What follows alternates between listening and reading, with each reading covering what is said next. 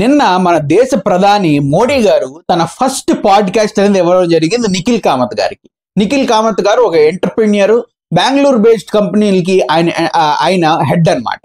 So విషయానికి వచ్చేస్తే ఈ పాడ్కాస్ట్ లో అసలు ఏం చర్చించారు, అసలు మోడీ గారు మనకి ఈ పాడ్కాస్ట్ ద్వారా ఇవ్వాల్సిన సందేశం ఏమని అనుకుంటారు అని మనం ఈ వీడియో మొత్తం తెలుసుకోవడం జరుగుతుంది అనమాట.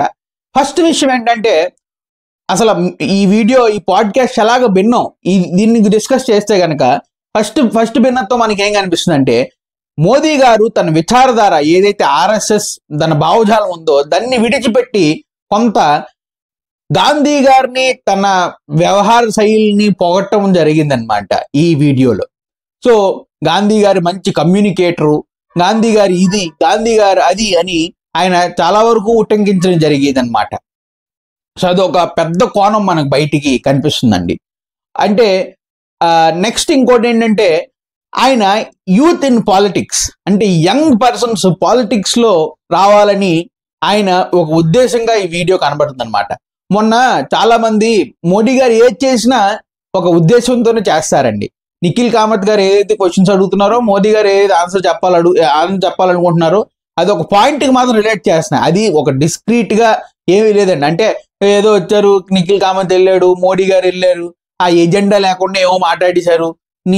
మీ పిల్లలు ఎలా ఉన్నానండి నిఖిల్ కామత్ అడిగాడు, ఏమండి మీ ఒంటరితనం మీ బతికి మీరు ఎలా పోతున్నారని నిఖిల్ కామత్ అడిగాడు. ఇలాంటివేం కాదండి.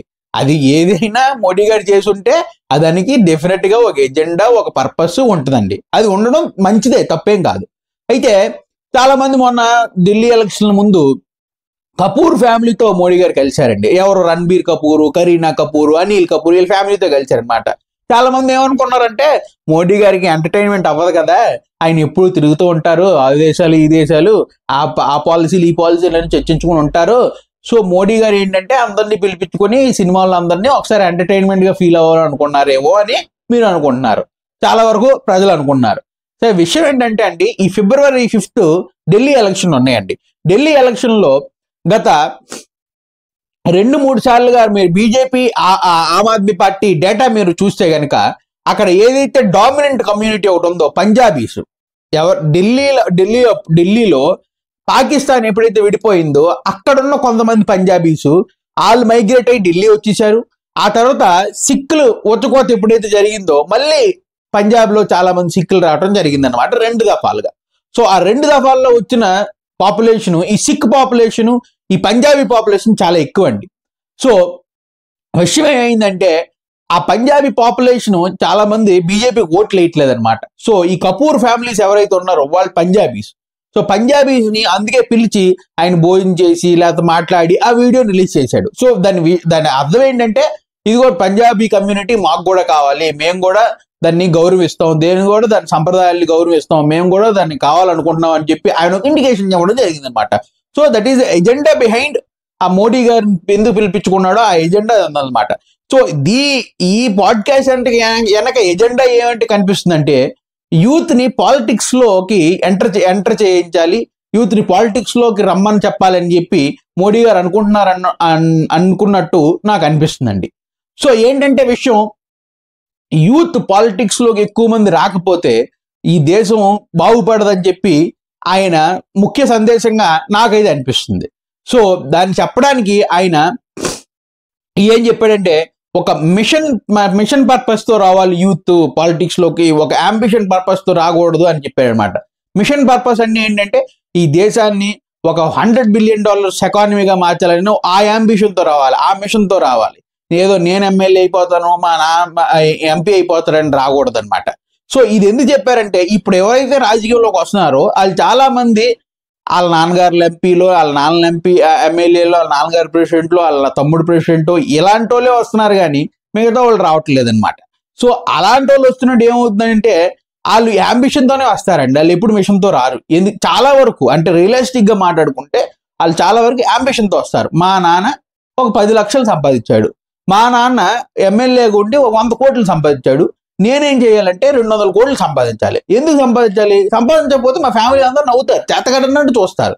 అంటే మీ నాన్న 50 కోట్లు ఖర్చు పెట్టి ఇన్వెస్ట్మెంట్ పెట్టి 100 కోట్లు అక్కడి నుంచి తీశాడు, నువ్వు మళ్ళీ యాంబిషన్ ఏం పెట్టుకుంటావు, 100 కోట్లు ఖర్చు పెట్టి 200 కోట్లు తీయాలని చూసుకుంటావు. అది యాంబిషన్. అది మిషన్ ఎలా అవుతుంది? సో ఈ యాంబిషన్ కోసం నువ్వు ఎంతకైనా తగ్గిస్తున్నావు అనమాట.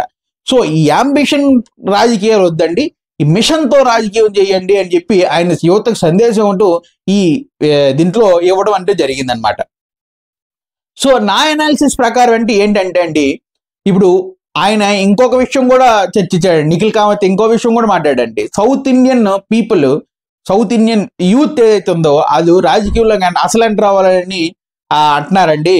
వాళ్ళకి చిన్నప్పుడే ఒక బ్రెయిన్ లో ఒకటి పెట్టేశారు, రాజకీయం అంటే ఒక చెత్తది, అసలు మీరు అసలు ఎంటర్ అవ్వకూడదు, ఇవన్నీ ఉన్నాయండి.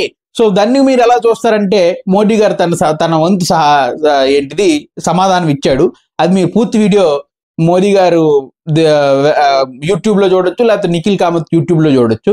సో ఈ వీడియో యొక్క సందేశం ఏంటంటే, మోడీ గారు యంగ్ లీడర్షిప్ ని ఇండియాలో డెవలప్ చేయాలనుకుంటున్నారు. యంగ్ లీడర్షిప్ ఏదైతే ఉందో అది డెవలప్ అవ్వాలని మనం అందరం కోరుకుందాం. ఎందుకంటే యంగ్ లీడర్షిప్ ఏదైతే ఉందో అదే దేశాన్ని ఇంతకన్నా మంచి స్థాయికి పెట్టగలిగే ఒక పరిస్థితి తీసుకురాగలదండి. ఇప్పుడు ఎవరైతే పొలిటీషియన్స్ ఉన్నారో వాళ్ళందరం చూసేసినవే. మనం జగన్మోహన్ రెడ్డి గారిని చూస్తాం, చంద్రబాబు నాయుడు గారిని చూస్తాం, పవన్ కళ్యాణ్ గారిని చూస్తున్నాం, ఇంకా చాలా ఎక్స్పెక్టేషన్స్ ఉన్నాయి.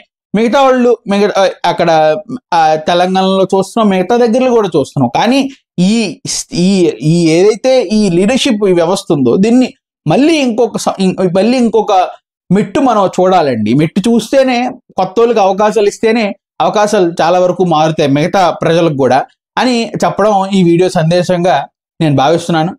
ఈ వీడియో కానీ నచ్చినట్టుగైతే నా ఛానల్ సబ్స్క్రైబ్ చేసుకోండి. ఈ వీడియో మీకు అంతగా నచ్చినట్లయితే మీ ఫ్రెండ్స్కి ఎవరికైతే అవసరం ఉంటుందో, ఈ వీడియో వినాల్సిన అవసరం ఉంటుందో వాళ్ళకి షేర్ చేయండి. సో ఈ వీడియో ఇంతటితో సమాప్తం అండి. అందరూ బాగుండాలి, అందులో నేను ఉండాలి అంటూ నేను సెలవు తీసుకుంటున్నాను. అందరికీ నమస్కారాలు, ధన్యవాదాలు.